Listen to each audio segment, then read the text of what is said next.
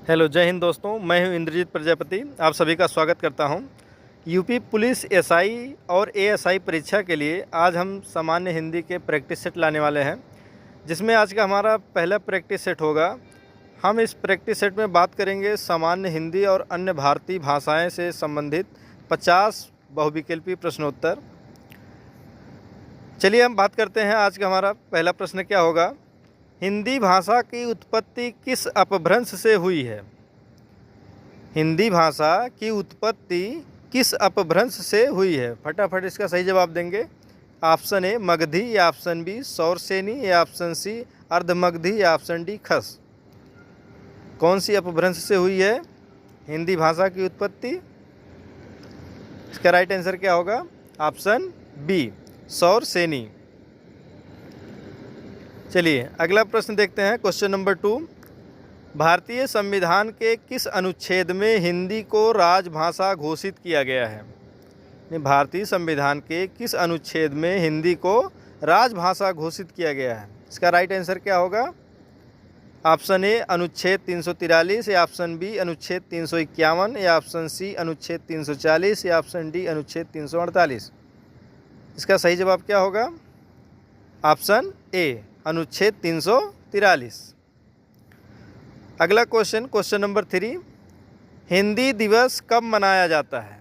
चलिए इसका तो सभी लोग फटाफट जवाब देंगे। हिंदी दिवस कब मनाया जाता है? ऑप्शन ए 14 अगस्त, या ऑप्शन बी 14 सितंबर, ऑप्शन सी 10 जनवरी, या ऑप्शन डी 26 नवंबर। इसका राइट आंसर क्या होगा?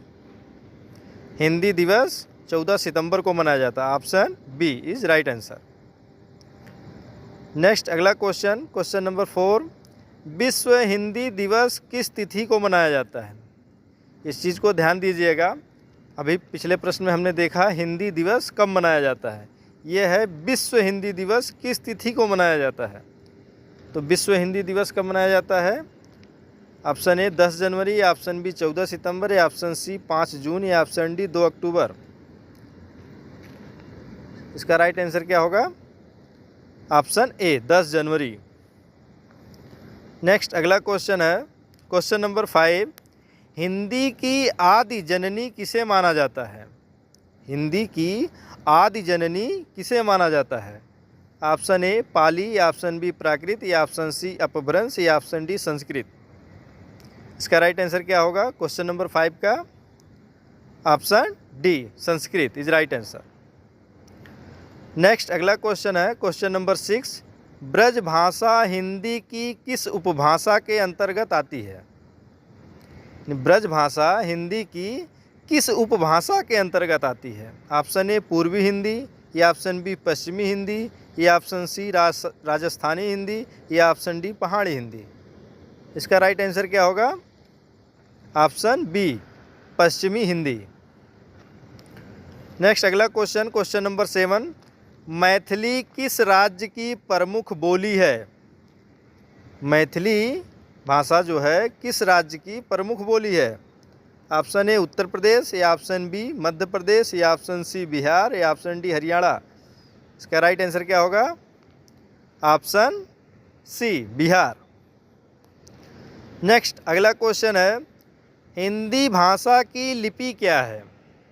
हिंदी भाषा की लिपि क्या है? ये तो सबको पता होना चाहिए।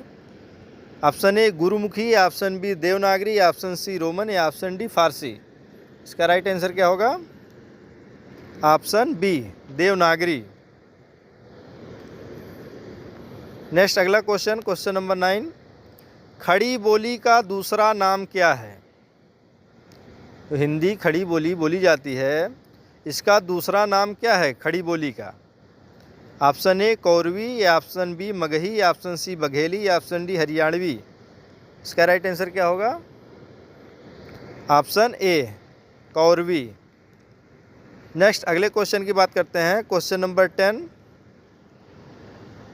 अवधी बोली किस उपभाषा वर्ग के अंतर्गत आती है? अवधी बोली किस उपभाषा वर्ग के अंतर्गत आती है? ऑप्शन ए पश्चिमी हिंदी, या ऑप्शन बी राजस्थानी, या ऑप्शन सी पूर्वी हिंदी, या ऑप्शन डी बिहारी। इसका राइट आंसर क्या होगा? क्वेश्चन नंबर 10 का फटाफट जवाब देंगे। अवधी बोली किस उपभाषा वर्ग के अंतर्गत आती है? इसका राइट आंसर क्या होगा? ऑप्शन सी, पूर्वी हिंदी। आगे हम इसमें कुछ व्याकरण से संबंधित बात करेंगे, कुछ प्रश्नों को देखेंगे, जैसे संज्ञा, सर्वनाम, लिंग, वचन से संबंधित हम कुछ प्रश्न देखने वाले हैं। बात करते हैं क्वेश्चन नंबर 11। संज्ञा के कुल कितने भेद होते हैं? इसका सही जवाब देंगे, संज्ञा के कुल कितने भेद होते हैं। इसका राइट आंसर क्या होगा? नहीं, option A 3, option B 4, option C 5 या ऑप्शन डी 6। इसका राइट आंसर क्या होगा? Option C 5। चलिए अगले प्रश्न की बात करते हैं। Question number 12। कवि शब्द का स्त्रीलिंग क्या है? इसका फटाफट जवाब देंगे। कवि शब्द का स्त्रीलिंग क्या है? कवि होता है या कवित्री होता है या कवियत्री होता है या कवित्री होता है? इसका सही जवाब देंगे क्वेश्चन नंबर 12 का। राइट आंसर क्या होगा? ऑप्शन बी, कवित्री। नेक्स्ट अगला क्वेश्चन, क्वेश्चन नंबर 13। हिंदी में सर्वनाम की कुल संख्या कितनी है? ऑप्शन ए 6 या ऑप्शन बी 9 या ऑप्शन सी 11 या ऑप्शन डी 12। यानी 6, 9, 11 या 12। हिंदी में सर्वनाम की कुल संख्या कितनी है? कितने सर्वनाम होते हैं हिंदी में? Option C 11। नेक्स्ट अगला क्वेश्चन है क्वेश्चन नंबर 14। विद्वान का स्त्रीलिंग रूप क्या होगा? यानी विद्वान का स्त्रीलिंग क्या होगा? विदुषी होगा या विद्वानी होगा या विद्यावती होगा या विदुता होता है? क्या होता है विद्वान का स्त्रीलिंग? Option A, Vidushi. नेक्स्ट अगले क्वेश्चन की बात करते हैं। Question number 15। दाता शब्द का स्त्रीलिंग शब्द क्या है? दाता शब्द का स्त्रीलिंग शब्द क्या है? दाती या दात्री या दात्री या दाया? दाता का स्त्रीलिंग क्या होगा? दात्री। यानी option C is right answer. Next अगला क्वेश्चन है क्वेश्चन नंबर 16। वचन के कितने प्रकार होते हैं? वचन के कितने प्रकार होते हैं? 2, 3, 4 या 5? वचन कितने प्रकार के होते हैं हिंदी में? 2 प्रकार के। कौन कौन से वचन होते हैं? एक वचन और बहुवचन। नेक्स्ट अगला क्वेश्चन है क्वेश्चन नंबर 17। लड़का का बहुवचन क्या होगा? लड़का का बहुवचन क्या होगा? लड़के होगा या लड़कों होगा या लड़कियां होगा या लड़कों होगा? इसका सही जवाब बताएं फटाफट। लड़का का बहुवचन क्या होगा? लड़के। यानी option A is right answer. अगला प्रश्न 18 है। पुरुषवाचक सर्वनाम के कितने भेद होते हैं? चलिए फटाफट बताइए। पुरुषवाचक सर्वनाम के कितने भेद होते हैं? 2, 3, 4 या 5? पुरुषवाचक सर्वनाम के कितने भेद होते हैं? 3। कौन कौन से होते हैं? इसका राइट आंसर क्या होगा? Option B, 3। कौन कौन से हैं? उत्तम, मध्यम और अन्य। यानी उत्तम पुरुष, मध्यम पुरुष और अन्य पुरुष 3 होते हैं। नेक्स्ट अगला क्वेश्चन है क्वेश्चन नंबर 19। सुंदरतम में कौन सी अवस्था है? बताइए फटाफट इसका जवाब देंगे। सुंदरतम में कौन सी अवस्था है? मूलावस्था या उत्तरावस्था या उत्तमावस्था या इनमें से कोई नहीं? यानी सुंदरतम में कौन सी अवस्था होती है? क्वेश्चन नंबर 19 का सही जवाब बताएं। इसका राइट आंसर ऑप्शन सी, उत्तमावस्था। नेक्स्ट अगला क्वेश्चन है क्वेश्चन नंबर 20। हाथी का स्त्रीलिंग क्या है? बताएं फटाफट बताएं। हाथी का स्त्रीलिंग क्या है? हाथिन या हथनी या हाथनी या हाथिया? इसका सही जवाब क्या होगा? फटाफट बताएं। ऑप्शन सी, हथनी। आगे हम कुछ बात करेंगे शब्द ज्ञान से संबंधित, जिसमें हम विलोम देखेंगे, पर्यायवाची शब्द और अनेकार्थी शब्द की हम बात करते हैं। कुछ प्रश्नों के देखते हैं। जैसे प्रश्न नंबर 21 आगे हमारा। अंधकार का विलोम शब्द क्या है? चलिए फटाफट बताएं। अंधकार का विलोम शब्द क्या है? उजाला या प्रकाश या रात्रि या भोर? अंधकार का विलोम शब्द क्या है? ऑप्शन बी, प्रकाश। नेक्स्ट अगले क्वेश्चन की बात करते हैं। क्वेश्चन नंबर 22, अमीय का पर्यायवाची शब्द क्या है? अमीय का पर्यायवाची शब्द क्या है? ऑप्शन ए विष, या ऑप्शन बी सुधा, या ऑप्शन सी मधुप, या ऑप्शन डी आम्र। अमीय का पर्यायवाची शब्द क्या है? Option B right answer, Sudha.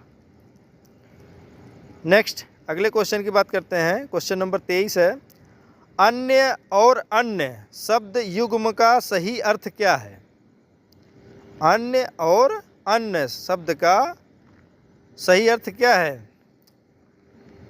Option A है दूसरा या अनाज, ऑप्शन बी अनाज दूसरा, या ऑप्शन सी भोजन बाहरी, या ऑप्शन डी ऊपर नीचे।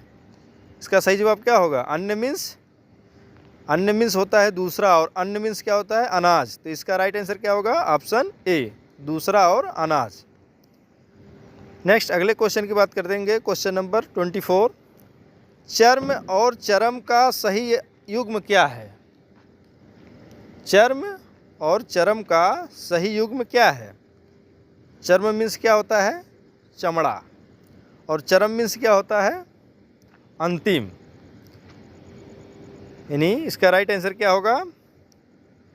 इसमें कौन सा ऑप्शन सही है? ऑप्शन ए चमड़ा और अंतिम। नेक्स्ट अगले क्वेश्चन की बात करेंगे। क्वेश्चन नंबर 25, जो इम्तिहान लेने वाला हो उसे क्या कहते हैं? जो इम्तिहान लेने वाला हो उसे क्या कहते हैं? ऑप्शन ए परीक्षक, या ऑप्शन बी विद्यार्थी, ऑप्शन सी अध्यापक, या ऑप्शन डी निरीक्षक। इसका राइट आंसर क्या होगा? ऑप्शन ए परीक्षक। जो इम्तिहान लेता है उसको क्या कहते हैं? परीक्षक।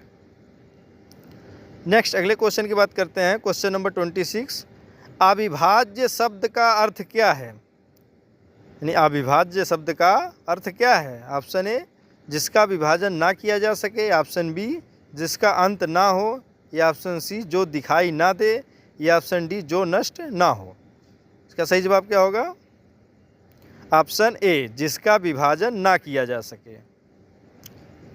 नेक्स्ट अगले क्वेश्चन की बात करेंगे। क्वेश्चन नंबर 27, आकाश का पर्यायवाची शब्द नहीं है। बताइए इसमें आकाश का पर्यायवाची शब्द नहीं है, कौन सा ऑप्शन सही होगा इसमें? ऑप्शन ए व्योम, या ऑप्शन बी नभ, या ऑप्शन सी अनंत, या ऑप्शन डी पावक।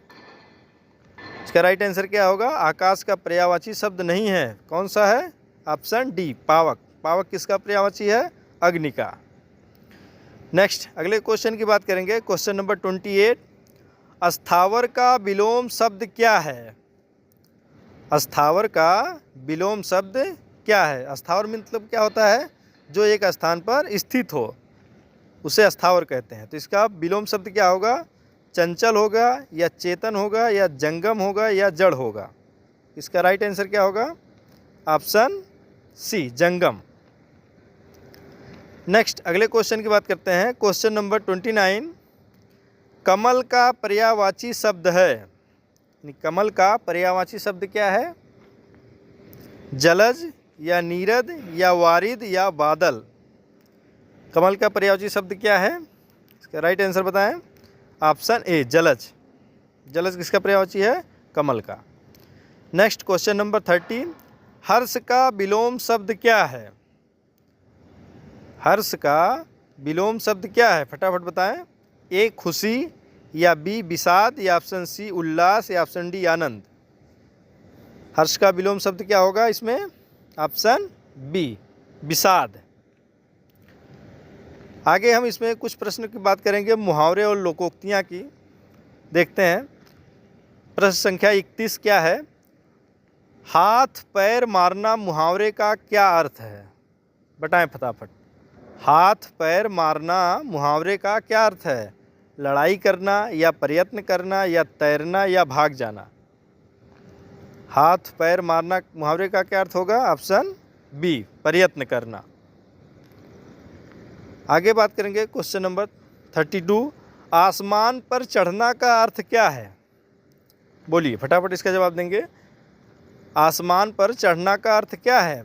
बहुत घमंड करना, या कठिन कार्य करना, या अत्यधिक प्रशंसा करना, या ऊपर जाना। आसमान पर चढ़ना का सही अर्थ क्या होगा? ऑप्शन सी अत्यधिक प्रशंसा करना। अगले प्रश्न की बात करेंगे, प्रश्न संख्या 33। नाको चने चबाना मुहावरे का अर्थ है। बताएं, फटाफट इसका जवाब दें। नाको चने चबाना मुहावरे का अर्थ है।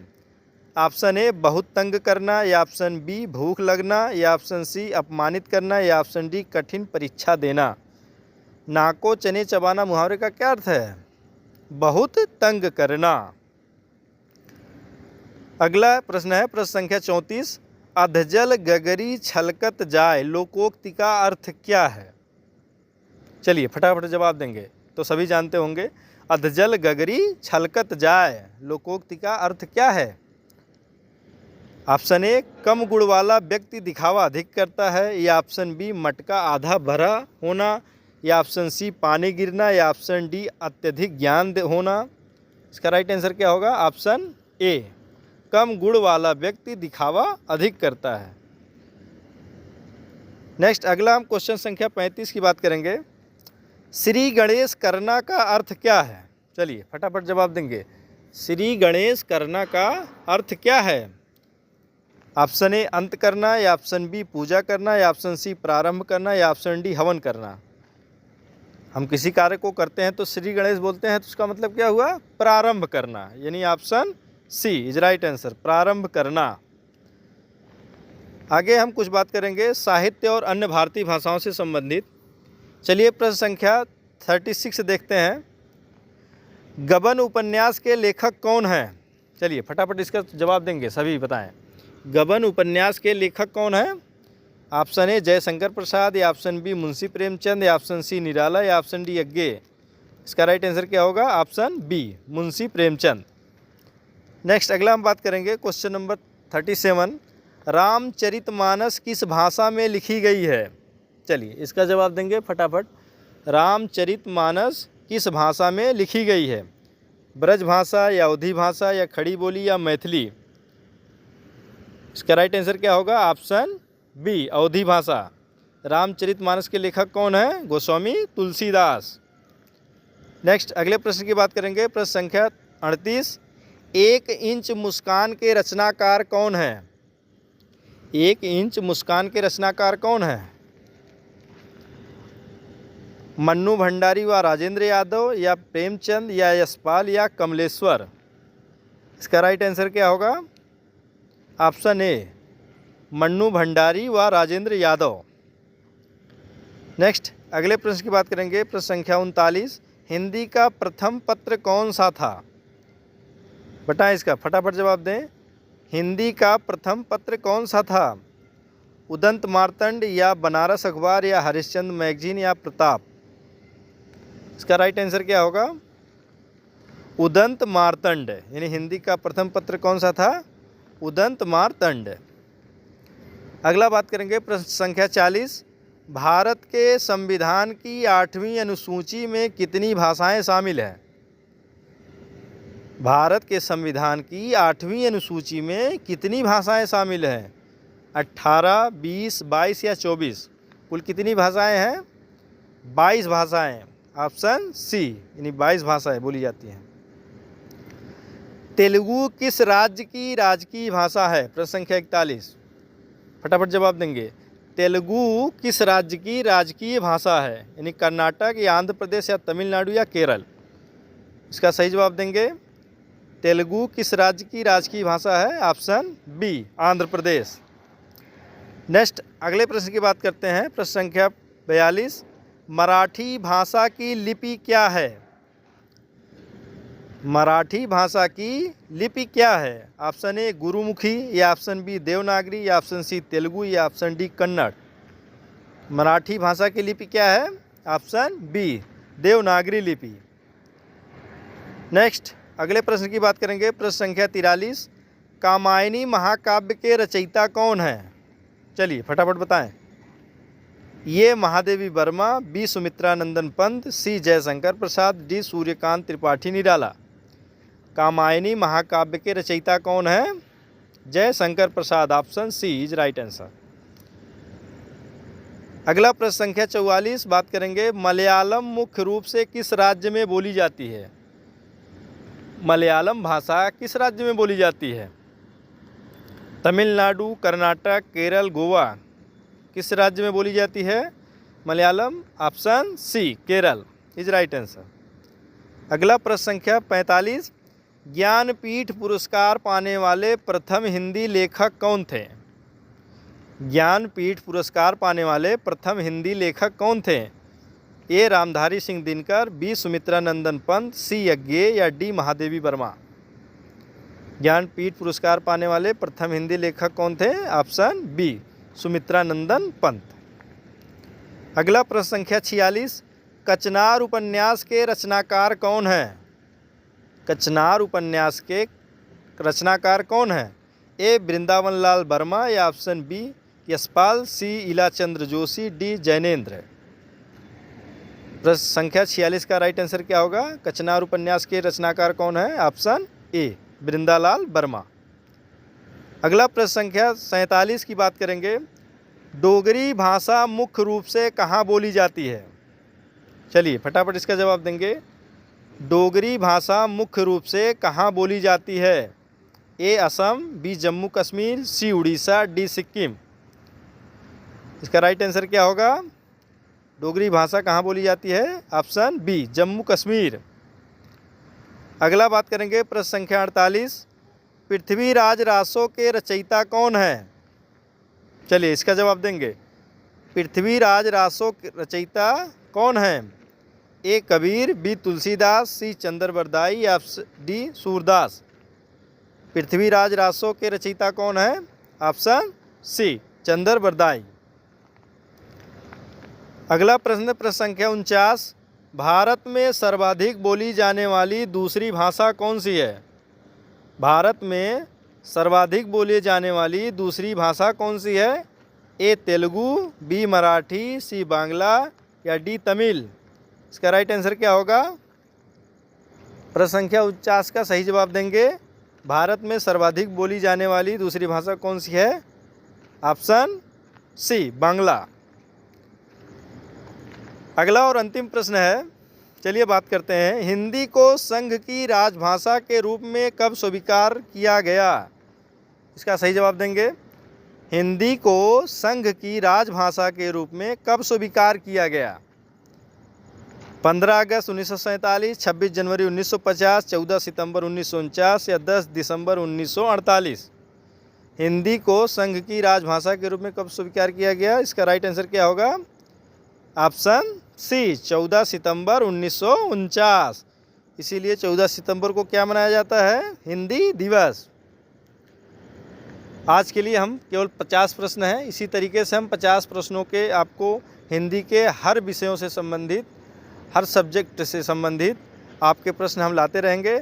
आप अपना कमेंट के माध्यम से स्कोर बताएं, आज का आपका स्कोर क्या होगा, और आप वीडियो कैसा लगा आप कमेंट के माध्यम से बताएं, और वीडियो को लाइक करें और शेयर करें। Thanks for watching.